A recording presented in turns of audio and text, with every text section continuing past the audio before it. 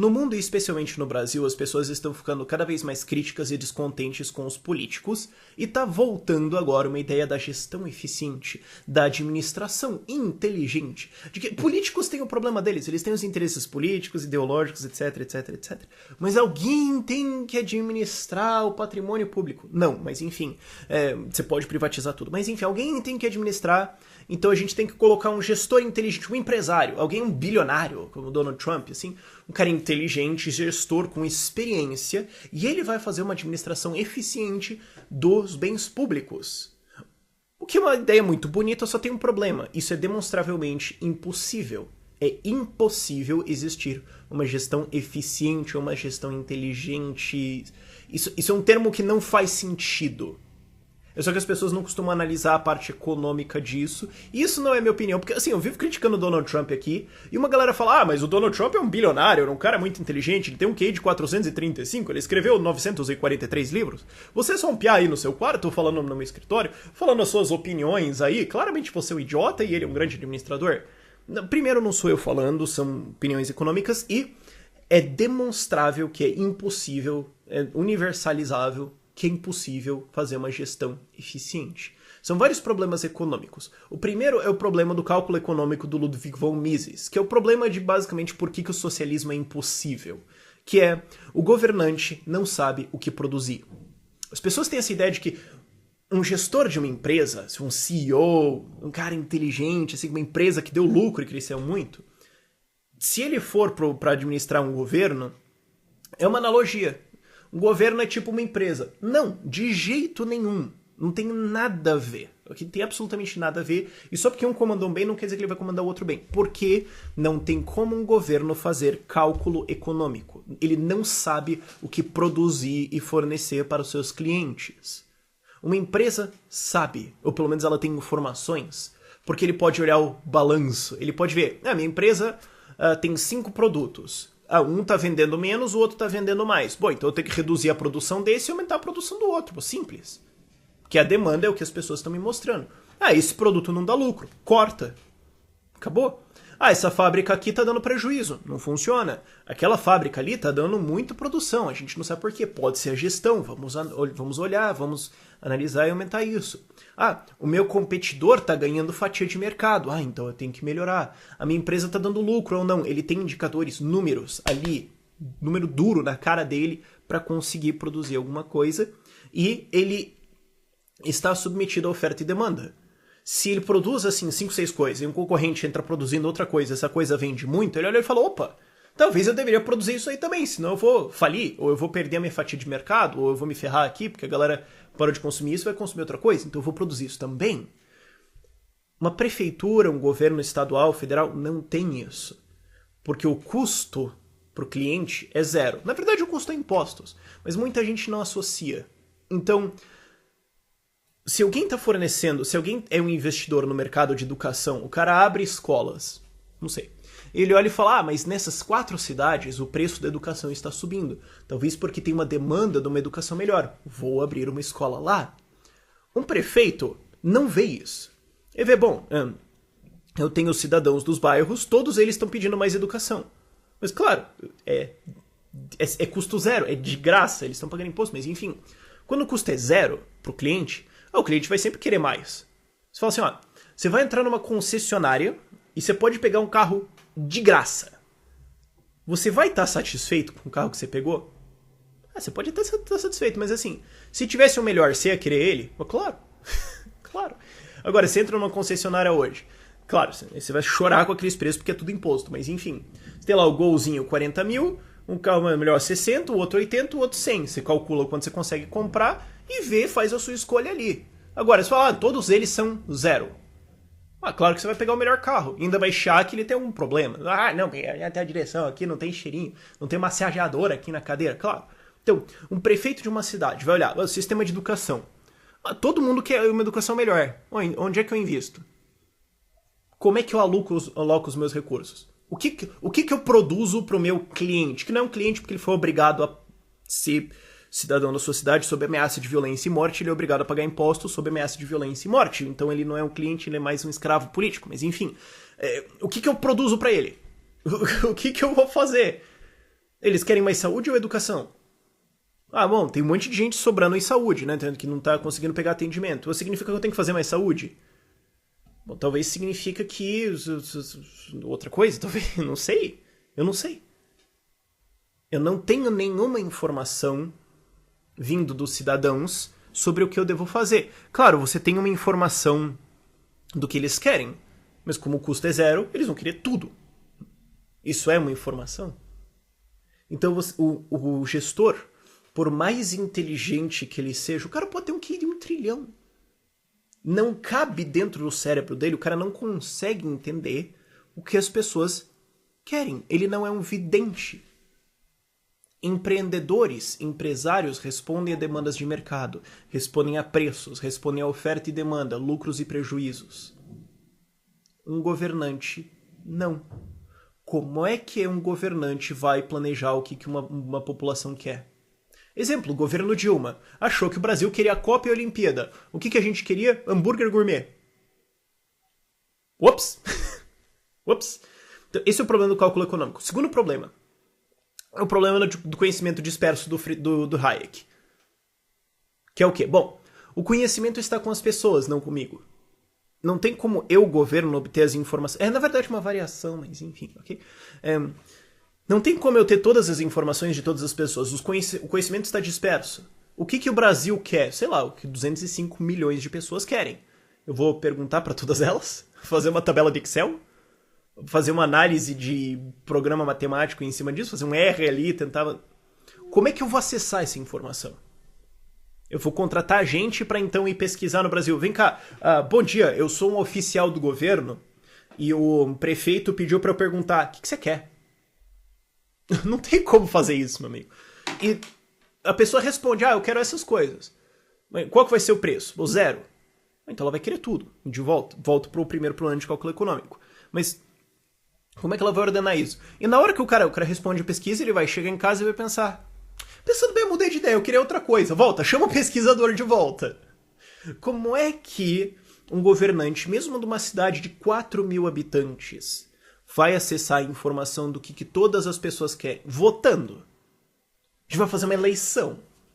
Fazer uma pesquisa, vamos fazer uma discussão no Facebook, uma votação no Twitter. Não tem como o governante saber o que as pessoas querem. Não tem como o governante saber quais são as informações do mercado, o que vale a pena, o que não vale a pena.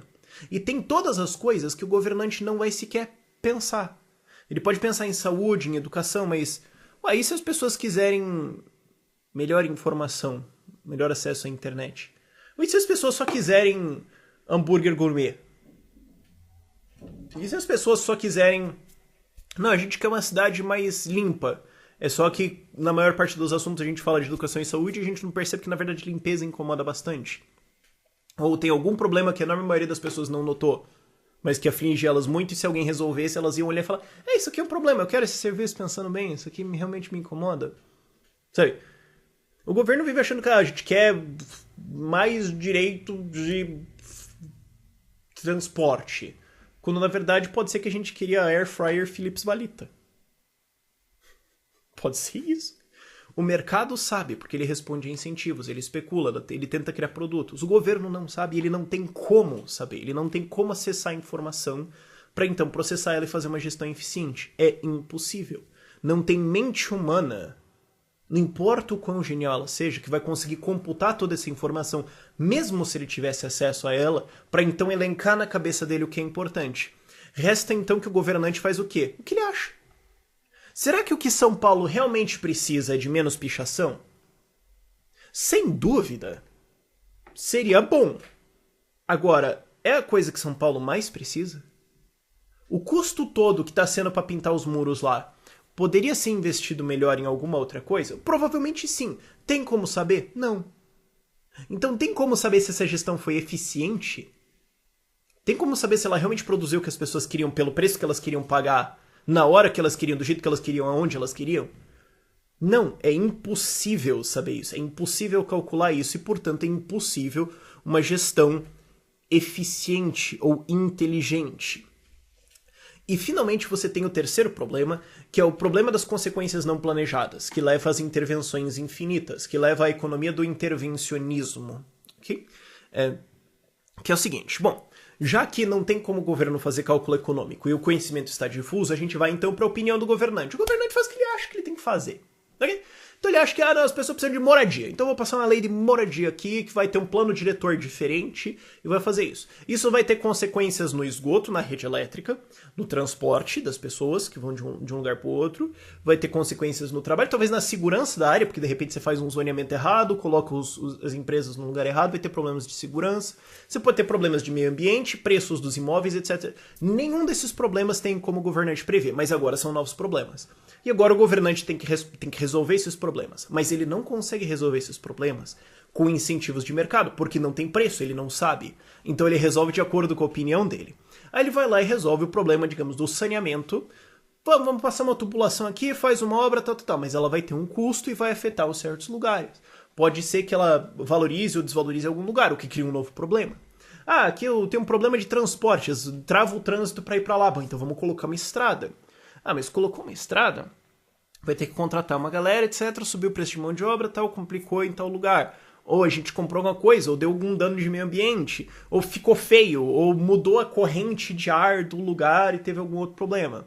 Ah, mas agora tem uma demanda maior de eletricidade. Dilma, vamos controlar o preço de eletricidade, vamos baixar. Opa, todas as empresas de eletricidade quebraram, elas foram à falência. Então o que a gente precisa fazer agora é estatizar, eventualmente você chega nisso, estatizar produção. O ponto é, não tem uma intervenção que finalmente resolve o problema, isso não existe. A gente tem vários exemplos aqui no Brasil, ok? A intervenção de, vamos popularizar carro. Ah, bom, agora carros ficaram mais baratos, beleza. Então agora tem mais demanda de gasolina, subiu o preço da gasolina. Bom, controla o preço. Bom, então a Petrobras quebra. Ah, a gente lida com isso depois. Não, mas agora tem mais carro, então tem menos gente pegando ônibus. Então agora as empresas de ônibus vão à falência, elas estão com dificuldades financeiras. Mano, não tem problema, a gente sobe a passagem. Opa, tem protesto sobre passagem. Problema. Bom, então o que a gente vai fazer é sentar a bomba, precisa sentar porrada. Bom, então agora tem consequências políticas. A esquerda ganha força porque a passagem de ônibus... Ai, que droga. Ou a intervenção no setor elétrico. Ah, a gente quer baixar o preço da eletricidade porque a gente acha que isso vai ser uma coisa mais eficiente. Gestão eficiente, gestão inteligente. Nós achamos, o governante acha, porque ele não tem como saber, ele acha na cabeça dele que a energia mais barata vai ser melhor. Bom, certamente seria. Só que não é ele que produz, ele vai lá e caneta. Ah, que legal. Então agora baixou o preço da eletricidade. Bom, as companhias vão à falência, a gente salva elas. Bom, então agora o que acontece é que as empresas estão falidas, cheias de dívida, e agora tem um monte de empresas chinesas comprando as empresas de produção de energia brasileira, o que cria um monte de problemas aí sobre soberania e etc. E dá umas dor de cabeça aí que podem dar um probleminha no futuro, especialmente se a gente tiver uma grande falência na China, porque daí os investidores que compraram a nossa produção de energia estão indo à falência. Mas daí o governo vai entrar e fazer uma intervenção, porque o problema nunca vai ser resolvido. E nunca vai ser resolvido. Só que o governo vai ter que intervir de novo. E toda vez que ele intervém em alguma coisa, é a lei das consequências não planejadas. Não tem como ele saber todas as consequências de uma intervenção no mercado. Porque o conhecimento é disperso e o governo não consegue fazer cálculo econômico. Ele não sabe o que é para fazer e o que não é para fazer, porque ele não tem preço, ele não cobra nada, ele não responde à oferta e demanda. Então fica na opinião do cara, o cara faz alguma coisa, mas como nenhuma mente humana consegue compreender a quantidade de informação no universo, isso vai ter consequências que ele não previu, o que vai gerar uma pletora muito grande de novos problemas, e ele vai tentar resolver cada um desses, que vai criar novos problemas, ao ponto que o governante vai ter duas opções. Nacionalizar toda a cadeia de produção daquilo, como por exemplo em eletricidade, falar, não, o governo vai resolver. O governo nacionalizou tudo. Digamos, não fez isso, mas digamos, ele faz. O que a gente sabe que só vai dar mais problema.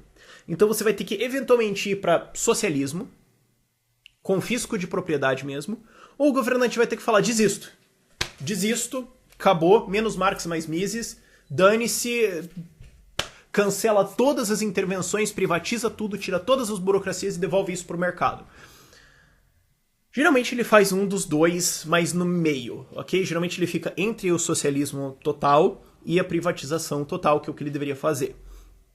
E ele tenta dar um jeito de reduzir burocracias um pouquinho, o que melhora a situação. Olha, tem menos intervenção, tem menos burocracia, o que cria uma época de boom. Olha, agora tem dinheiro, então agora o governo vai lá e intervém e caga tudo de novo. Porque não tem como ele saber o que fazer. Isso não é teoria minha, isso não é as ideias caraminhola na minha cabeça. Isso é economia estabelecida, isso é a escola austríaca de economia básica. Mas que infelizmente as pessoas não sabem, e eu acho que uma das razões por que a escola austríaca de economia não recebe tanta atenção é porque elas dizem para os governantes, sabe o que o governo devia fazer? Nada. Nada. Fica quieto, compra um PlayStation e fica aí jogando até o fim do seu mandato. Meu Deus, vai ser o melhor governo que o Brasil já teve, disparado. Disparado, vai ser o melhor governo que já teve. Mas, enfim, essa história de gestão eficiente, de administração inteligente, de gestão inteligente, desculpa, não funciona. Um governo não é uma empresa. Ele não opera com lucro, ele não tem cliente, ele não tem concorrência.